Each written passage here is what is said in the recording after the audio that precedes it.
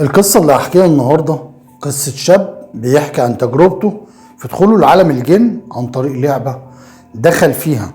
وبيقول لما دخلت اللعبة كل يوم كنت بصحى على كابوس مرعب ومخيف، ببقى دايما واقف في مكان ضلمة ومرعب، وكنت بسمع أصوات بشعة جدا بس معرفش دي أصوات إيه لأن كلامهم كله مش مفهوم.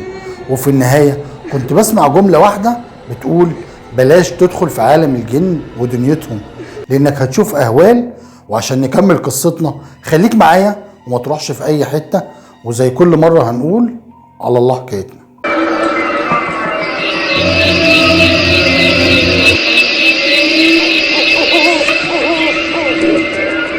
I will eat you.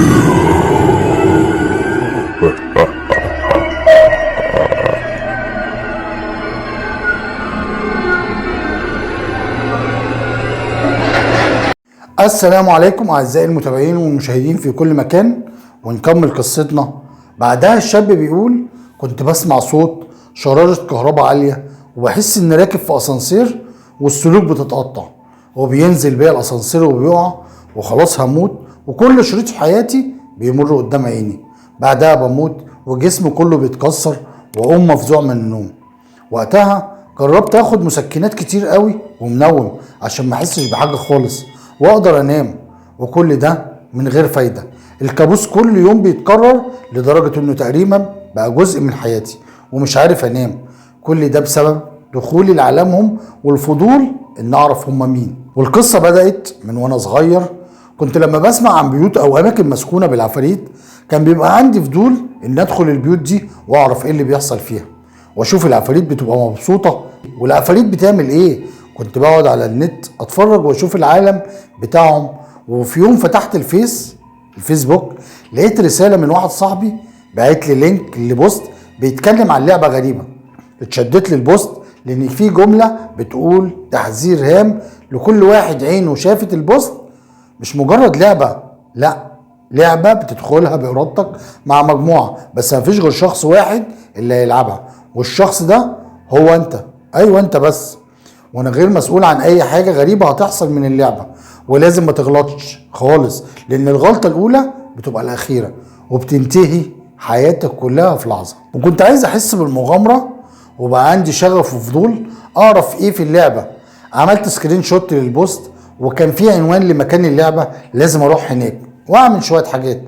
مش عارف، انا كنت خايف بس في نفس الوقت عاوز اجرب وعاوز اروح واعرف كل ده هزار ولا حقيقي. لبست ونزلت ركبت تاكسي، كانت الساعة 2 بعد الظهر. دخلت العمارة ووقفت قدام الأسانسير حاسس بخوف بس متحمس وعاوز أقوم بالتجربة. لقيت بواب العمارة نادى عليا وقال لي رايح لمين؟ قلت له أنا مندوب وطالع أوصل أوردر للدور العاشر. قال لي الأسانسير بايظ اطلع على رجلك. لسه ما كملش الكلمة وباب الأسانسير اتفتح وكان شغال عادي. الراجل استغرب إن الأسانسير اشتغل وقال حاجة غريبة، الاسانسير كل اسلاكه متقطعه ومحتاج الدايره الكهربائيه تتغير. استغربت ودخلت، وهنا حسيت بنغزه في قلبي جامده قوي، اول مره احس بكده. وكان في ست كبيره دخلت الاسانسير معايا وقالت لي انها طالعه الدور السادس. مسكت ايديها ودخلتها معايا الاسانسير وقفلت الباب، وكان لسه البواب واقف باصص لي قوي وبيتعجب. طلعت التليفون اشوف الصور اللي عملت لها سكرين شوت واشوف اللعبه كانت طالبه ايه. بدات انفذ اول خطوه بس كانت بتقول لازم اكون لوحدي في الاسانسير، وانا الست العجوزه كانت معايا. ومره واحده نور الاسانسير اتقفل لوحده ورجع، وبعدين بصيت ما لقيتش الست العجوزه، اختفت معرفش ازاي. كنت خايف قوي بس قلت يمكن بيتهيألي. بعدها قريت تنبيه بيقول ما تبصش في المرايه اللي في الاسانسير خالص، وفعلا كان في مرايه ورايا وكان مكتوب ارقام الادوار اللي هدوس عليها، وكان ترتيبهم كده 4 2 6 10 5. المفروض ادوس على كل رقم لغايه لما يطلع الدور المطلوب، وبعدها ادوس على الرقم التاني اللي بعده. كتبت ترتيب الارقام على ايدي عشان ما انساش حاجه. دوست على رقم 4 والاسانسير اتحرك ووصل الدور الرابع وفتح الباب، كل حاجه طبيعيه.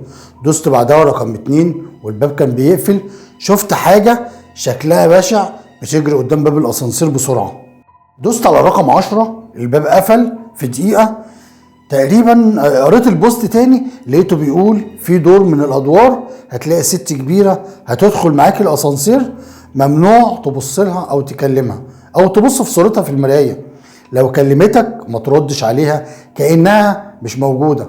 للأسف أنا كنت كلمتها عادي وكنت ببص لها وعاوز أسندها وأدخلها الأسانسير، كده يحصل لي إيه؟ مش فاهم. الأسانسير وصل الدور العاشر وابتدى نور الأسانسير ينور ويطفي والست موجودة معايا. الأسانسير وقف الدور العاشر والباب ما فتحش، وكنت باصص للأرض ونور الأسانسير بيتهز من فوق راسي. معرفش فجأة حسيت برعشة شديدة وجسمي كله كأني زي ما يكون مشلول. كنت حاسس بحاجة ماشية على ظهري وحسيت ايد بتشدني لورا للمراية وبلزق فيها. كل ده وانا باصص للأرض. كنت شايف المراية كويس، كان عكس الأسانسير في المراية ضلمة مع ان اللمبة كانت شغالة. قعدت اصرخ بكل قوتي وغمضت عيني جامد وقريت كل اللي افتكرته من آيات وصور من القرآن الكريم، وكنت مرعوب لان الست العجوزة اختفت. وبعدها مش فاكر حاجة لان اغمى عليا.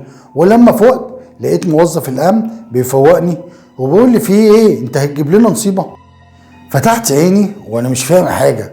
موظف الامن قال لي ان اغمى عليا في الاسانسير لما عطل والباب قفل وما طلعش. بصيت له باستغراب وقلت لنفسي يعني كل اللي حصل ده كان حلم او كابوس؟ ازاي بس ده انا كل ده حصل؟ قعدت ابص له وانا مش مصدق.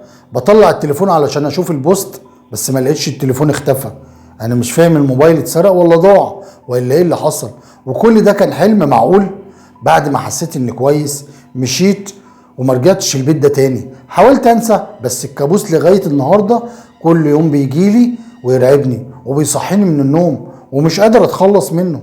وبيقول الشاب كده خلصت قصتي وكتبت كل حاجة حصلت لي، وبيحذر الشباب بلاش تدخلوا في اي لعبة ما تعرفهاش، وبيسأل ازاي اتخلص من الكابوس المرعب ده وعيش طبيعي. لو انت عندك الحل للشاب ده ابعت لي في التعليقات وعرفني. وكده خلصت قصتنا، وبقول لاي شاب بلاش تدخل نفسك في اي لعبة مريبة تدخلك في دوامة الرعب. يا رب القصة تكون عجبتكم واكون قدرت اقدمها بكل تفاصيلها، ويا ريت ما تنسونيش في اللايك والاشتراك في القناة. وشكرا لحضراتكم. المحارب البرنس، شكرا.